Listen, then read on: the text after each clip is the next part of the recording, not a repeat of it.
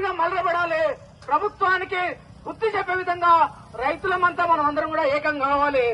ఏమన్నాడు? డిసెంబర్ 9 రోజు తొలి సంతకం రైతు రుణమాఫీ మీద పెడుతున్నాడని చెప్పింది కాంగ్రెస్ ప్రభుత్వం. ఈ రోజు కట్టెనెక్కి రుణమాఫీ పక్కన పెట్టేసింది. రైతు భరోసా ఎక్కొట్టింది. 10,000 నుంచి ఎకరానికి 15,000 ఇస్తాను.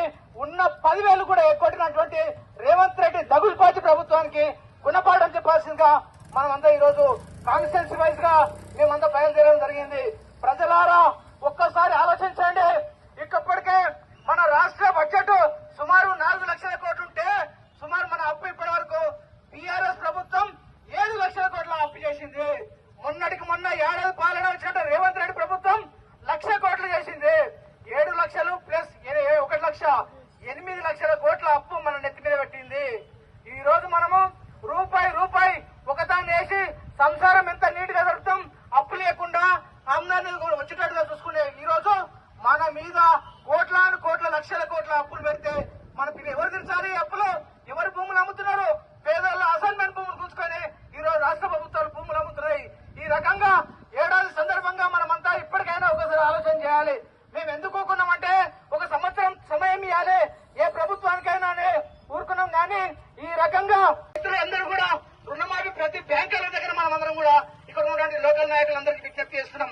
మనమందరం కూడా ఒక 40% మాత్రమే రైతు రుణమాఫీలు అయినాయి. మనమందరం మిగతా లిస్టు కూడా తీసుకొని మనం వారి పక్షాన అండగా నిలబెడదాం. రైతు భరోసా ఇప్పటి వరకు ఎన్ని పెన్షన్లు అయింది కావచ్చు. వికారాబాద్ నియోజకవర్గంలో దాదాపు ఎంతమంది తులం బంగారం ఎక్కువటిండ్రు? 1,00,000 రూపాయలు 1,116 ఇస్తామని చెప్పి ఆ ప్రభుత్వం చెప్తే మేము దానికి తులం బంగారం ఎక్కిస్తామని చెప్పిండ్రు. ఎన్ని తులాలు అయినాయి? ఎన్ని పెళ్లిళ్ళు అయినాయి? ఎవరిని మోసం చేసిండు? ప్రతి చదువుకున్నటువంటి ఆడపిల్లకు స్కూటీ ఇస్తామన్నారు. ఎస్సీ ఎస్టీ మైనార్టీలకు ఈ రోజు 10 చదివిన వాళ్ళకు 10,000 అన్నారు.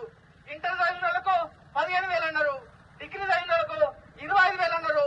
పీజీ చేసిన వాళ్ళకు 1,00,000 రూపాయలు అన్నారు. ఇప్పటి వరకు మన బిడ్డలందరూ కూడా ఒక్కరికన్నా వచ్చినాయా?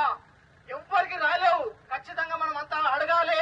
420 హామీలు ఇచ్చినటువంటి ఈ కాంగ్రెస్ ప్రభుత్వాన్ని గద్దెదించాల్సిందిగా మా జిల్లా అధ్యక్షులు మాధవ్ రెడ్డి గారి ఆధ్వర్యంలో ఈ రోజు వికారాబాద్ నియోజకవర్గం అంతా కూడా మేము ర్యాలీ చేపడుతున్నాం. స్కూల్ ఇస్తామని చెప్పిండు. ఇక్కడ ఉన్నటువంటి ప్రతి ఒక్క అమ్మ అక్క యువకునికి తమ్మునికి అడుగుతున్నాను. ఈ రోజు మన అందరికీ మన పిల్లలు ఎవరైనా ఈ మండలంలో రెసిడెన్షియల్ స్కూల్ స్టార్ట్ చేసిందా ఈ రేవంత్ రెడ్డి గవర్నమెంట్? ఎక్కడ కూడా ఏ మండలంలో కూడా కనీసం ప్రారంభించలేదు. ఈ రకంగా 10వ తరగతి పాస్ అయిన వాళ్ళకు 10,000 ఇస్తానని చెప్పిండు. ఇంటర్ పాస్ అయిన వాళ్ళకు 15,000 ఇస్తాడు. ఆ డిగ్రీ పాస్ అయిన వాళ్ళకు 25,000 ఇస్తా, పీజీ పాస్ అయిన వాళ్ళకు 1,00,000 రూపాయలు ఇస్తా అని అన్నాడు. ఈ రకంగా మనందరికీ రేవంత్ రెడ్డి చాలా బాకీ పడ్డాడు. ఈ బాకీ అంతా తెరవాలంటే ఆయనతో అయ్యే తరం కాదు. ఎందుకంటే మన రాష్ట్ర బడ్జెట్ 4 లక్షల కోట్లు ఉంది. ఈ రోజు మనకు అప్పులే 8 లక్షల కోట్లు అయినాయి. కేసీఆర్ 7 లక్షల కోట్లు చేస్తే వచ్చిన సంవత్సరంలోనే 1,00,000 కోట్ల అప్పు చేసినటువంటి రేవంత్ రెడ్డికి మనం గుణపాఠం చెప్పాలి. మన బిడ్డలు ఈ రోజు ఎంతో భవిష్యత్తు ఉంటుంది. భయ నల సంబంధం మీదుగా ఈ రోజు మన సొంత మండలం దారుణ మండలంకి బీజేపీ పార్టీ ర్యాలీ రావడం జరిగింది. నిజంగా లాస్ట్ ఏడాది క్రితం రేవంత్ రెడ్డి గారు 420 హామీలు ఇచ్చి ఈ రాష్ట్రంలోకి అధికారంలోకి వచ్చి ఈ రోజు మన అందరినీ ఏ విధంగా మోసం చేస్తుందో మనందరికి తెలిసిన విషయమే. ఉద్యమం చేసి 10 ఏళ్లు కేసీఆర్ ను గద్దెనెక్కిస్తే ఎవరైతే తెలంగాణ ఉద్యమకారులు ఒకరు భువాన్ ఇచ్చి ఓ రాళ్లు పెట్టి కట్టెలేరుకొచ్చి ఆయన బియ్యం తెచ్చి ఎసరేసి అన్నం వండిస్తే ఏ తుమ్మలకో ఓ రంజిత్ రెడ్డికో ఓ తుమ్మల ఇంకా పటేల్ శ్రీయారికో వడ్డిస్తే నికార్సైన ఉద్యమకారులు వేలల్లో ఈ రోజు చాలా మంది ఉద్యమకారులు ఉసురు కలిగి ఈ రోజు అధికారం కోల్పోయింది కేసీఆర్. ఏ ఆకాంక్ష కోసం తెలంగాణ తీసుకొచ్చినాం? నీళ్లు నిధులు నియామకాలు అన్నావు.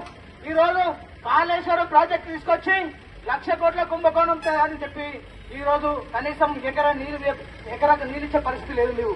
ఈ రోజు అదేవిధంగా మూసి సుందరీకరణని ఈ రేవంత్ రెడ్డి మన జిల్లా నుంచి చెప్పుకునే వ్యక్తి ఈ రోజు అదే రకంగా మోసం చేస్తున్నాడు. మన పిల్లలకు బ్రహ్మాండమైన నాణ్యమైన విద్య అందిస్తానని చెప్పిండు. ప్రతి మండలానికి మనకు రెసిడెన్షియల్ స్కూల్ ఇస్తామని చెప్పిండు. ఇక్కడ ఉన్నటువంటి ప్రతి ఒక్క అమ్మ అక్క యువకునికి తమ్మునికి అడుగుతున్నాను. ఈ రోజు మన అందరికీ మన పిల్లలు ఎవరైనా ఈ మండలంలో రెసిడెన్షియల్ స్కూల్ స్టార్ట్ చేసిందా ఈ రేవంత్ రెడ్డి గవర్నమెంట్